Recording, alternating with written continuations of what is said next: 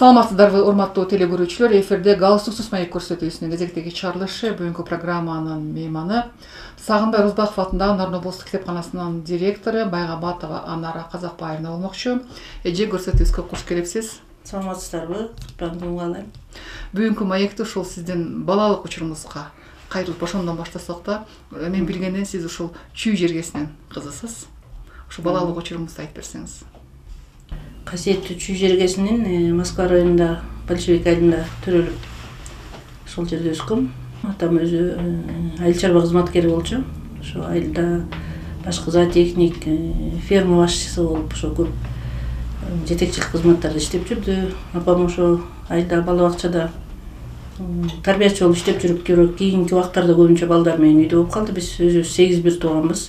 Бизде көбүнчө орустар, ар улуттун өкүлдөрү жашаган айыл болчу. Анан кадимкидей эле мал чарба кармап үйдө кадимкидей эле биз кыздарга эмне тиешелүү оокат болсо апабыз ошонун баарын жасатып көндүрдү да, ошо бизди кичинебизден өзгөчө тазалыкка апам аябагандай маани берген адам. Ошо таза болгула деп, кийимибиз таза кармангандан тамакты ушундай таптап жасачу элем. Мен азыркыга чейин өзүм да тамакты ошентип бир мындай таптап жасаганымды ошо апаман алган тарбиям деп эсептейм. Атам болсо бизге өзгөчө мындай калп айтпаганды, тактыкты ошо атам үйрөттү. Эч убакта калп айтпагыла деп ошо көп талап кылар эле да.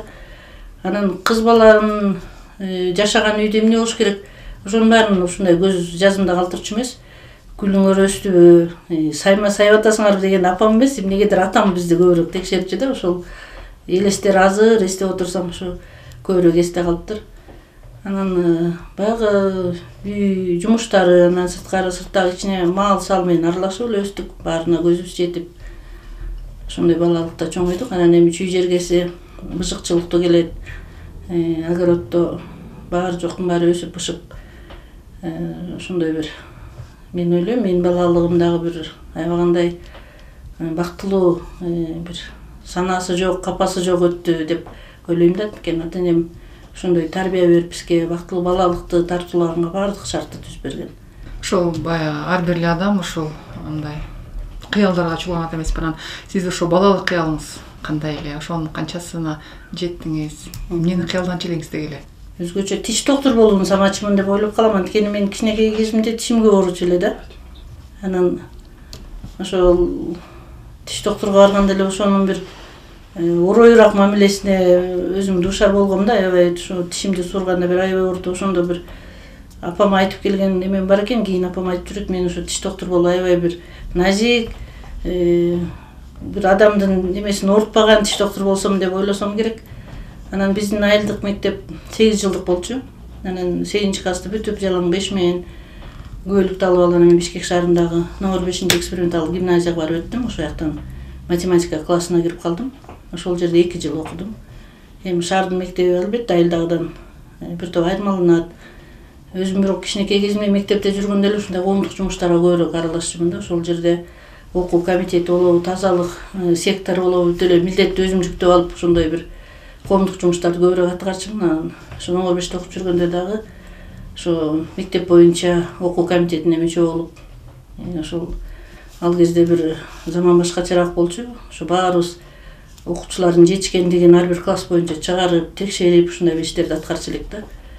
Анан ошол мектепти бүткөндөн кийин ошол бир тандоо болду да. Кайсы окуу жайына барсам, кесип тандоого келгенде ошо атам келип айылдан анан мени ээрчитип алып, өзүм каалаган мединститутка алып барды. Анан мединститутка барсак ошол кезде мен 83-жылы бүттүм номер 5-те. 83-жылы ушундай бир конкурс аябагандай көп экен мединститутта. Мен атам да чочулуп, балам ушул өтпөй калсаң кандай болот деп аяка документ тапшырткан жок да эмнегедир. Бирок баарын көрсөтүп чыкты, баягы көңүлүм калбасын деди окшойт. Анан кайра ээрчитип келип университетке алып келди. Анан атам өзү баягы айыл чарба адиси, анан эме болчу, эсепчи болчу айылда. Анан математиканын өзү аябай мындай логикасы күчтүү адам болчу. ОЗ-2 чыгарчу да көп эсептерди. Анан мен да ошондон алган бир тарбиямбы, мен да математикага көбүрөөк жакын болчумун. Анан атам ошол жагымды карадыбы, ошо математика жагына барып көрбөйсүңбү деп барсак, чын эле математикада конкурс азыраак экен, өзү эле билинет экен, киши аз, сейрек. Анан документ тапшырып коюп кетип, андан учурдагы экзамендерди тапшырып эле өтүп кеттим өзүм, андай деле кыйналыш болбой эле. Анан мен бирок азыр ойлоп, ошо кыз бала үчүн бул мугалимдик кесип эң туура кесиппи деп ойлоп калдым да. Ушул чүйдүн кызы кандайча келип, Нарынга келип жашап отуруп калды? Университетте окуп жүргөндө биздин курста ошол нарындык кыздар бар эле, ошолорго классташтары келип жүрүп, анан мен жолдошум менен таанышып калдым. Ошо нарындык кыздар менен окудук. Анан эми баягы көңүлдөр табышып, чын эле биз жаш кезде алыс жерге баратам, же болбосо бир шарты кандай болду экен, салты кандай болду экен деген ой болбойт экен. Чын эле жаштык өзү эле бир батырлык кылып коет окшойт адамдычы. Чын эле кандай үй бүлөгө баратам деген деле ой болуптур. Мен да ошол жолдошумду жакшы көрүп, экөөбүз бир нерсени туура түшүнүп, 4-курстан үйлөндүк. Андан кийин аны окууну бүтүп алып, жолдошум Кыргыз мамлекеттик айыл чарба институтун бүтүрдү кызыл диплом менен. Анан ага сразу Тимирязев атындагы Россия институтуна, айыл чарба институтуна жолдомо берди институт. Анан бирок айылда эми ата-эне бар, карган кичүү бала болсо окугандай болор экен деп атасынан кеңеш сураса, жок. Академияны эми окуганда илим менен кетишиң керек. Сен анда көр чарбага келип, чарбанын академиясын көр деген сунушун айтты атам. Анан биз ошону туура көрүп эле экөөбүз ээрчип алып эле 5-курста өтүп дипломубузду алып алып айылга келип калдык. Чүйдүн кызы үчүн нарын жергесине келүү кандай болду? Сизге кандай көрүндү ал кез? Ошол кайнана менен жашаш, ошол айылдагы түшүктү бир алып кетиш. Мен жана айтпадым, жаштык кез менен мен кандай үй бүлөгө бартам, ал жакта мени кандай кабыл алат, же болбосо салт санасы кандай деген чын эле ой болуптур. Анан бирок келип жашап калганда чын эле атам ушу нарын өрөөнү белгилүү, ошо Ленин ордендүү, көп чарбаларды башкармалуу иштеген адам экенин билдим да, анан өзгөчө мындай мамилени талап кылган адам экен да. Ошо апабыз раматтылык мындай чечен сөзгө, анан иштүү, ишмекер киши болчу апам. Анан чынында атам айтып калчу, кайненелик бир кымындай касиетиң жок деп. Апам бизге жумшак мамиле кылды да, ошонун сүннүтүндө биз батыраак көндүк окшойт. Билбеген нерсени үйрөтүп. Анан өзгөчө мен апамдан алган таасирим ошол жолдошуна кылган мамилеси болду да. Ошо башка кишиге айтсаң чын эле таң калыштуу болушу мүмкүн. Атабыз жада калса астына койгон этти кесип жечү эмес.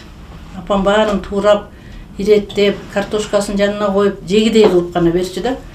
Анан мен өзүм дагы кийин ошол тарбиясын алып, мен да өзүм ошондой бактым да жолдошумду. Значит, үй бүлөдө бири-бирине канчалык жылуу мамиле, ушундай бир колдоо болсо, бул үй бүлө туруктуу дагы бекемде болот экен деген ойго мен ошо апамдан алган тарбияман улам билем да. Анан атаң артыкы бул тийбегиле, атаң артыкы муну кийбегиле деп ушундай тарбия бере эле да. Биз эшикке чыгып кетерде атабыздын тапишкесин деле сүйрүп алып кеткен учурлар болду. Жаш кезектечи. Аяк окуй, ал атаңдыкы, аны кийбе, уят болот. Атаңардын баш жагына эчтеке эме баспагыла деп балдарды ушундай тарбиялады биздин балдарды да. Анан ошол жолдошум ушу өмүр бою сыйлап өттү апам. Анан ушу атабыз 78 жашында инсульттан каза болду. Андан кийин апам дагы 7-8 жыл жашады. Ошонун ичинде башкасына арнаган ырларын китеп кылып чыгарды. Анан ошонун баары жүрөгүнүн ичинде жүргөн бир жакшы ойлор экен да апам. Ошо кийин анан бир чиймелеп мен акындык деле талантым жок, бирок мындай жаза коймосу бар болчу да. Мындай сөзгө чебер, өзү тандап сүйлөп, ушундай көркөм сүйлөгөн киши болчу. Анан кийин ошо Чоң солдат деп бир китебин, ырлар жыйнагы дегенди, анан эненин сөзү деген 3 китебин чыгарды. Неберелери демөөрчүлүк кылып. Анан эми ал баягы элге коомчулукка жайылбаса деле үй бүлөлүк архивибизде бул өтө баалуу. Биз апабыздан алган эстелик дейбиз. Ошонун ичинде ар бир небересине, ар бир чөбөрөсүнө, ар бир баласына, ар бир келинине арнаган ырлар бар. Анан ошону окуганда биз билебиз да апабыз ошончо канчалык. Анан көпчүлүк темасы ушу жолдошуна арналган ырлар да. Ошо атамды канчалык сыйлап, канчалык урматтаганы ушу чыгармаларынан биз окуп калабыз да. Сиз кезегинде облусту башкарган, ошол эле учурда андан кийин дагы жетекчилик кызматтарды аркалап келаткан Алымкулов Эмилбек Абдраимовичтин жубайы экениңизди ушул көпчүлүк эле биле бербейт да. Анда деги эле ушул мындай жооптуу кызматтарда иштеген адамдын жубайы болуу кандай, деги эле ал кишинин култун өзү кандай, үйдө кандай? Жана айткандай 86-жылы үйлөнүп, 87-жылы болдук. Анан ошо уулум төрөлгөндөн кийин 6 айдан кийин апамдар айылга алып кетти. Силер окуңар бүтүп дипломуңарды алып алып анан келгиле деп. Анан биз ошо 88-жылы окууну бүтүп алып келип анан айылда иштеп калдык. Андай да 3 балалуу болдук. 2 кыз 2 уулум бар азыр. Жолдошум башынан эле ошо чарба ишинде өзү айыл чарба институтун зооинженер факультетин бүткөн. Анан келгенде эле айыл чарбасы адиси болгондой, эми жөнөкөй зоотехниктен баштап, анан ферма башчысы болуп, анан улам жогорулап, кызматтын бардык тепкичин басты деп айта алам. Мен жолдошум деле айтып калат, мен эч бир кызматты сурап алган эмесмин, кызмат өзү мени издеп өзү келчү деп. Жана биз аял киши баягы биздин чоң миссиябыз эле балдарды чоңойтуучуларга туура тарбия берип, бир жакшы жолго коюу болду го. Менин милдетим, мен жолдошумду сен эрте келесиң, сен кеч келесиң деген маселе болгон жок. Жумушуна мен бүт шарт түзүп бергенге эле аракет кылдым да. Сиздердин үй бүлөнүн түптөлгөндүгүнө 40 жылга жакын убакыт болуп турду. Анан бул жылдар аралыгында турмуштун кандай суук, ысык күндөрү болду дегендей, анан деги эле ушул үй бүлөнү сактап калууда эмне сыр? Бири-бирин түшүнүүчүлүк болуш керек. Анан ошондо үй бүлө бекем болот болуш керек. Анан сый, урмат албетте болуш керек. Бизде ошол маселе, себеби биз ата-эне менен жашадык да көп жыл. Анан улуулардын көзүнчө биз даже катуураак сүйлөшө алчу эмеспиз. Биз ошону азыр дагы тамашалап айтып калабыз, даже балдарыбызды өзүбүз мындай кучагыбызды толтура өбүп алчу эмеспиз. Атам айтчу, тиги баланы өппөйт, антип чоңдордун көзүнчө өппөйт деген бир илгерки кишилер ушунчу да. Ошон үчүн биз атамдар жокто өппөсөк улуу балабызды, алардын көзүнчө кучактап алып мынтип баса калып өпкөн деле жок болчу.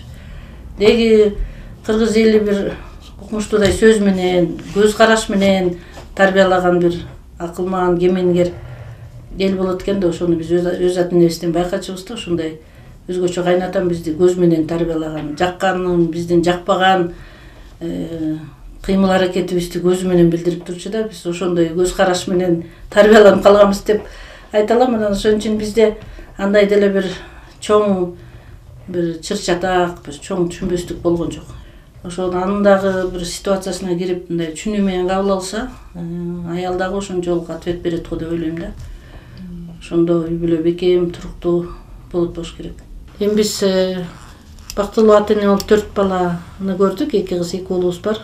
Улуу уулум ошо Улуттук университеттин экономика факультетинин налог иштери боюнча бүткөн. Ошо налогдо иштеп жүрдү. Анан автокырсыктан ошо каза болуп калды.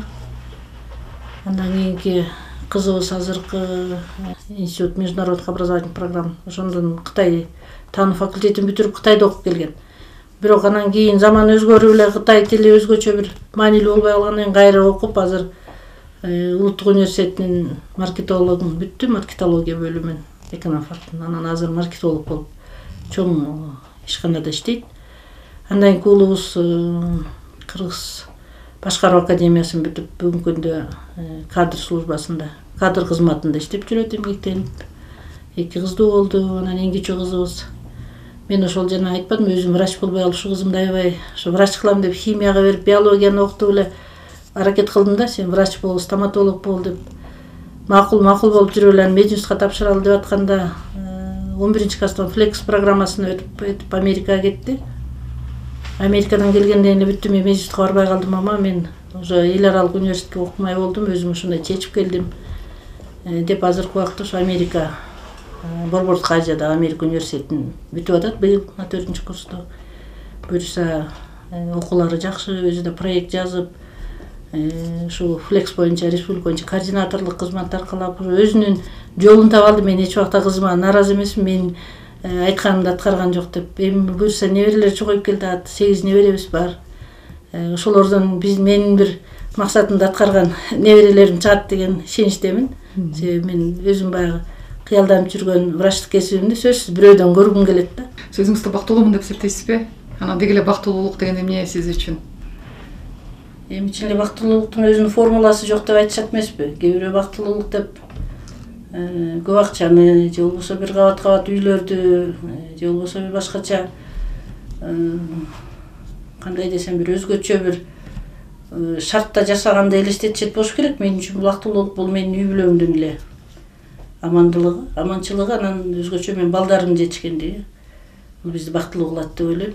Балдардын баары өз ордун таап турмушта, ошо ойлогон ой максаттары ишке ашырылып, өздөрү балалуу болуп, бир бизге жакшы гана сөздөрүн арнап турса, андан өткөн бактылуулук жок болуш керек. Анан албетте жерибизде тынчтык, элибиз бир жакшы токчулукта, бейпилчиликте жашаса, адам өзүн качан комфорттуу сезсе, иштеген ишинен, айлана чөйрөдөн, сүйлөшүп аткан адамдарыңан, балдарыңан ошол эле болуш керек бактылуулук. Биз өзгөчө андай байлыктын артынан, же болбу бийликтин артынан бир кубалап бактылуу болом деп мындай бир андай аракет кылган жокпуз да. Кийинки суроо ушул ишиңизге өтсөк да, деги эле ушул учурда Сагынбай Розбаков атындагы облустук китепкананын казынасы кандай, деги эле ушул окурмандардын китепке тартылуусу кандай болуп атат, ушул боюнча да маалымат бере кетсеңиз да. Эми китепкана бул эң баалуу казына деп эсептейм мен. Адамзаттын баардык ойлору, ушул улуу ойчулдардын сөздөрүнүн баары ушул биздин китепкананын фондунда, китептердин ичинде бар да. Мен бул китептерди тирүү дегим келет да, себеби ар дайым китепти ачсаң, ошо сага бир жандуу ой, жандуу идея бере турган бул китептер. Анан мен ошо келгенден берки эле максатым ушул китепкананы ыңгайлуу жайга айландырыш керек. Шарт түзүш керек. Окурмандар киргенде да жарык, жылуу, бир китеп окуганга тынч шарт болсо, анан китепканага окурман тартылат. Ушундай шарттар түзүүнүсүндө иштеп келе жатабыз. Бизде дагы эл аралык донорлорубуз бар, өзүбүз иштешип келаткан Америка элчилиги бизди колдойт. Германия кызматташтык коому деген бар. Биз проектлер жазабыз, бизге эмне керек болуп атса, туура маселени жеткире алсак, ошол ишке ашат. Мына быйылкы жылы эле биз ошо Америка борборунун толук ремонтун өткөрдүк. Китепканада бүгүнкү күндө 100.600 китеп бар. Мунун бир 70% эски баягы орус тилиндеги адабияттар. Мунун ичинде маанисин жоготкон адабияттар деле бар. Бирок муну биз бир күндө эле тарыхтын баарын өчүрүп сала албагыдай эле китептин баарын ыргытып ийүүгө болбойт. Бул дагы биздин тарыхыбыз. Ошон үчүн аны келечек муну билдириш үчүн биз ал китепти дагы фондудан чыгарбай сактап келе жатабыз. Анан эми фондуну жаңылоо боюнча биздин Маданият министрлиги ушул пандемияга чейин жылына бир 150.000 сомдон акча каражат бөлүп, өзүбүз окурмандардын суроо талабын биз иликтейбиз да, кайсы адабиятты окугун келет деген сурамчылоо жүргүзүп, фондуну ушул багытта толтуруп жүргөнбүз. Мына 2 жылдан бери ушул каржылоо токтоп калды, бирок мамлекет тарабынан чыккан китептерди берип атат бизге. Анан окурманга эми тартуу боюнча биздин иштердин баардык багыты ошол окурман тартууга багытталат да. Ошол чоң адамдар үчүн, улуу муундагы адамдар үчүн эмне кызыктуу болсо, биз ошол багыттагы китептерди алып чыгабыз. Ошол тематикадагы бир чоң иш-чараларды өткөрөбүз. Негизги идеябыз ошол адамды китепке тартуу. Жаш муундар үчүн бизде өтө жакшы мүмкүнчүлүктөр бар. Балдар адабияты бизде аябагандай сонун. Азыр USAID эл аралык фонду быйыл дагы сүрөттүү балдар үчүн жеткиликтүү жакшы адабияттар менен толуктап берди фондубузду. Самообразование дейбиз. Ошол биздин китепканадагы тил үйрөтүүчү курстар, өзүн өзү өнүктүрүүчү курстар, компьютер курстардын баардыгы ошол жаштарга багытталган да. Ошолорго биздин эшигибиз кенен ачык. Кайсы убакта болсо келип, кайсы темадагы бир баарлашуу кызыктырса, биз ошол багытта иштерди уюштурганга дайым даярбыз. Андан тышкары биз жылына ошол китеп күнү бизде 23 апрель күнү белгиленип келе жатат. Ошо парктарга чыгып, өзүбүздүн фондубуздагы жакшы адабияттарды, андан сырткары өзүбүздүн ресурс деп коебуз. Бизде ноутбуктар бар, планшеттер бар, аудио китептер бар. Бизде жанагы жаңы багытта 3D очкилерибиз бар, VR очки деп коет. Жана картинаны 3D форматында көрсөткөн. Ишил бул Америка борборундагы жалпы эле китепканадагы ресурстун баарын ошо сыртка алып чыгып, мүмкүн ошол элдер китепкана жөнүндө маалымат ала албай жүргөн болсо, сырттан алсын деген бир ушундай иштерди уюштуруп келебиз. Андан тышкары мына былтыркы жылдан бери окурман маршрут деген жакшы бир иш-чара уюштурдук. Троллейбустарга түшүп алып китеп окутуп атабыз. Ааламдашуу доорунда кичине бир компьютерден алыстатып, телефондон алыстатып китеп окууга багыттоо биздин негизги максаттарыбыз. Бизге бөлүнгөн убакыт соңуна чыгып барат. Сизге эркен микрофон, жалпы журтка кайрылабыз. Бардык элдин катмарын ушу китепкана менен тыгыз байланышта болууга чакырам. Китепкана бул руханий азык берүүчү, жан дүйнөңө бир жакшы дем күч берүүчү бул зор касиетке ээ. Ошондуктан баарыбыз аман бололу, ден соолукта бололу. Жакшы күндөрдө жолугалы. Бизге атайын убакыт бөлүп маек урганыңызга чоң рахмат. Ишиңизде ийгилик болсун. Рахмат. Урматтуу телегөрүүчүлөр, сиздер галстуксуз маек көрсөтүүсүнүн кезектеги чыгарылышына ортоктош болдуңуздар. Кайрадан эфир аркылуу көрүшкөнчө сак саламаттагыңыздар.